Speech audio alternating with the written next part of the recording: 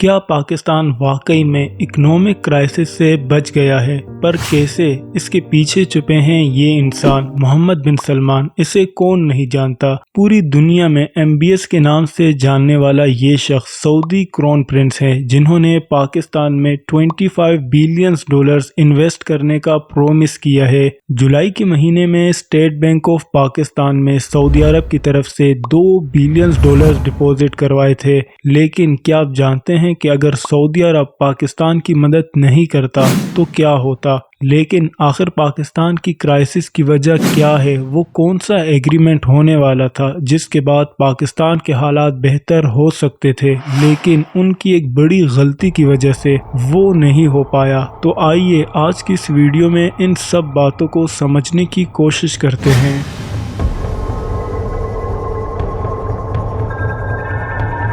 پچھلے قریب 2 سالوں سے پاکستان ایک اکنامک کرائسس میں بری طرح سے پھنس چکا ہے۔ پاکستان میں غربت 30% تھا، لیکن پچھلے کئی سالوں سے 50% تک چلا گیا۔ لیکن اس کے بعد محمد بن سلمان نے اپنی کوشش کی پاکستان کی اکنامی سنبھلنے کے لیے، اور یہی وجہ ہے کہ آج پاکستان سعودی عرب کی طرف سے مدد کے منتظر ہیں۔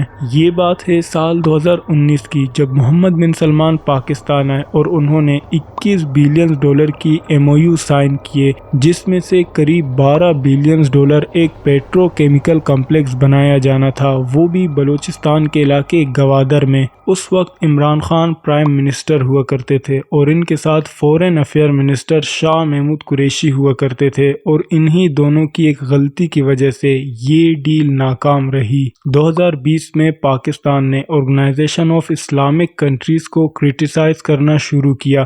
یہ بات سعودی کے کرون پرنس کو بہت بری لگی، اور یہی وجہ تھی کہ جس کے بعد سے اس کا اثر پاکستان کی اکنامی پر پڑنا شروع ہوا۔ اس کے بعد سعودی عرب کا پاکستان کے لیے ایک پاورفل سٹیٹمنٹ یہ تھا کہ اگر آپ کو ہماری مدد کی ضرورت ہے تو اس کے لیے ہماری بات بھی سننی ہوگی، جس کے بعد سعودی عرب نے پاکستان کو ایک اور موقع دیا۔ کئی لوگ یہ سوچتے ہوں گے کہ سعودی عرب کا پاکستان سے ریلیشن صرف ریلیجن بیس پر ہے، لیکن دراصل بات کچھ اور ہے۔ سعودی کے پاکستان کے ساتھ صرف ریلیجن بیس پر تعلقات نہیں ہیں، بلکہ پاکستان سعودی عرب کا ڈیفنس پارٹنر ہے۔ اس کے ساتھ ساتھ پاکستان انہیں ایک امپورٹنٹ آبجیکٹو اچیو کرنے میں مدد کر سکتا ہے۔ لیکن اب ایسا لگتا ہے کہ شاید سعودی عرب بھی پاکستان سے اپنے ہاتھ دور کرتے جا رہے ہیں، جیسا کہ ابھی کچھ ہی سمے پہلے انڈیا نے G20 میں کئی کنٹریز کو انوائٹ کیا تھا سوائے پاکستان کے، جس میں سعودی عرب کے کرون پرنس محمد بن سلمان بھی انوائٹڈ تھے۔ سعودی پرنس کے انڈیا آنے کے بعد سب کو یہی لگا تھا کہ اب وہ پاکستان کی طرف روانہ ہوں گے،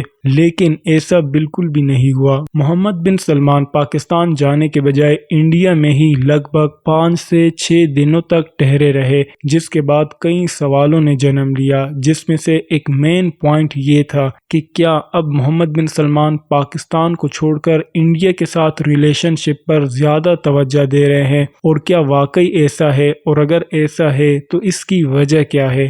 دراصل اگر سعودی عرب کی بات کریں تو سعودی ایک آئل ایکسپورٹ کنٹری ہے، جس کا ایک بہت بڑا بینیفٹ انڈیا کو بھی ہے۔ جیسا کہ ہم سب جانتے ہیں کہ انڈیا کو کئی ٹنز پیٹرول چاہیے ہوتا ہے ڈیلی بیسس پر، جو کہ انڈیا سعودی عرب سمیت کئی ملکوں سے لے کر پورا کرتے ہیں، جو کہ کبھی بھی بند ہو سکتا ہے۔ انڈیا یہ بات اچھی طرح سے جانتا ہے کہ جب تک ان کا ریلیشن سعودی عرب کے ساتھ اچھا رہے گا تو انہیں آئل کی چنتا کرنے کی ضرورت نہیں ہے۔ وہیں پر اب اگر انڈیا کی بات کریں تو انڈیا کے لاکھوں لیبر سعودی عرب میں کام کرتے رہے ہیں، اور اگر ان کے ریلیشن خراب ہوئے تو ان سب لیبرز کو دوبارہ گھر جانا پڑ سکتا ہے۔ لیکن سوال یہ ہے کہ اس میں سعودی عرب کو کیا فائدہ ہونے والا ہے انڈیا سے؟